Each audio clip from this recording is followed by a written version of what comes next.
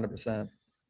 Well, what about some lessons that you've actually not had to experience yourself? Is there anything that your mentors taught you that actually allowed you to skip failures?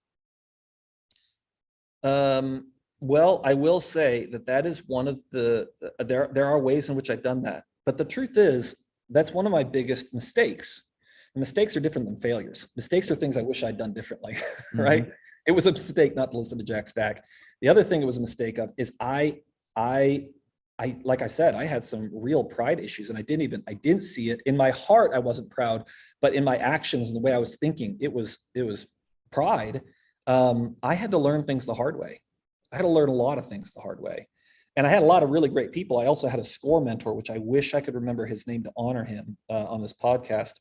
But he met with me regularly and had a lot of really great advice. But I really struggled to listen to people, and I was just adamant that I had a special way of doing things, and it was going to work. Well, I mean, that's why I had so many failures, 10 or 11 or 12 failures in.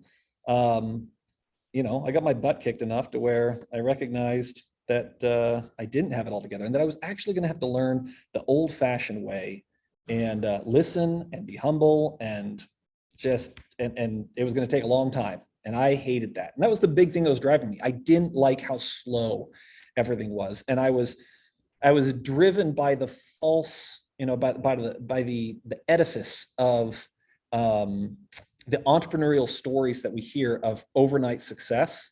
Hmm. It was such a bad thing that I learned. And I read Inc. magazine a lot when I was growing up. And that was really where I got all these stories. And whether Inc. magazine actually expresses it this way or not, the story I got is that success happens overnight if you're cool enough. Yeah, exactly. I learned real fast, or I should say, actually learned really slowly, that I'm just not that cool. None of us are that cool. And I think that's the truth. And now that I've actually looked at the stories behind the story, behind the cool story, Yeah. I found out that there's a long ramp up that led into those overnight successes, and they weren't in fact overnight.